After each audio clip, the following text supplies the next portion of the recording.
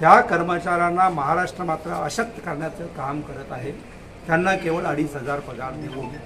माझं म्हणणं आहे महाराष्ट्रामध्ये नव्हे देशातला एकंदरीत अभ्यास केला तर लक्षद्वीप, पांडिचेरी, तामिळनाडू, केरळ या राज्यामध्ये 9 ते 10,000 पगार दिला जातो।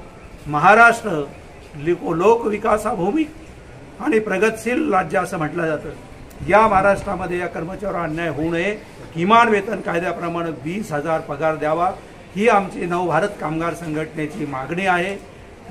मागच्या वर्षी आम्ही आंदोलन केलं होतं शांततेच्या मार्गाने। यावर्षी हे आंदोलन करून आम्ही धरणे धरून ही मागणी सरकारला करत आहोत। पुढच्या महिन्यामध्ये नाशिक विभागामध्ये आणि अमरावती विभागामध्ये आम्ही आंदोलन करणार आहोत।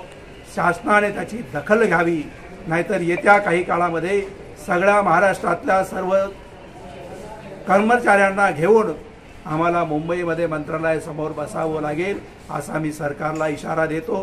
त्यापूर्वी सरकारने 20,000 किमान वेतन द्यावं अशी मी महाराष्ट्र सरकारला विनंती करत आहे तुमच्या वतीनं, आणि ते त्यांनी मान्य करावं अशी माझी विनंती आहे। जर त्यांनी केली नाही तर याच्या पुढे काय करणार? मग दरवर्षी तुम्हाला हे करावं लागतं? मी तुम्हाला एक सांगतो, आता आम्ही सगळ्या 6 विभागामध्ये आंदोलन करणार आहोत। त्या विभागीय आयुक्तांना सांगणार आहोत, आणि ते झालं नाही तर महाराष्ट्राच्या मंत्रालयासमोर आम्ही जाऊन बसू आणि मागणी झाल्याशिवाय पूर्ण झाल्याशिवाय उठणार नाही असं मी तुम्हाला वाटते। किती कामगार संघटनाचे आपल्याला समर्थन मिळालं?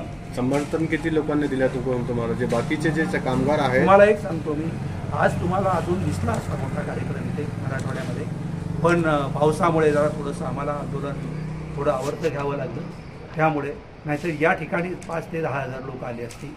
एवढी परिस्थिती कठीण आहे, कामगारांवर अन्याय होत आहे। महाराष्ट्रामध्ये सगळ्या कर्मचाऱ्यांचा नवभारत कामगार संघटनेला पाठिंबा आहे। ओके।